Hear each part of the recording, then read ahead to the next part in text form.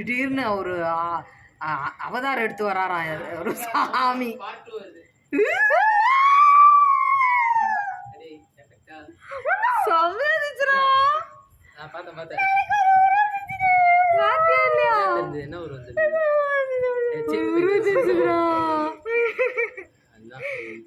பின்னாடி வராராம் வந்துட்டு இந்த பாருங்க கண்ணு தும்பிக்கை.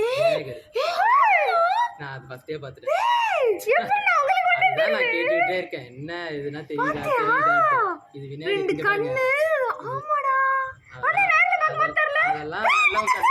அதெல்லாம் நல்லவங்க கண்ணுக்கு தான் தெரியும்.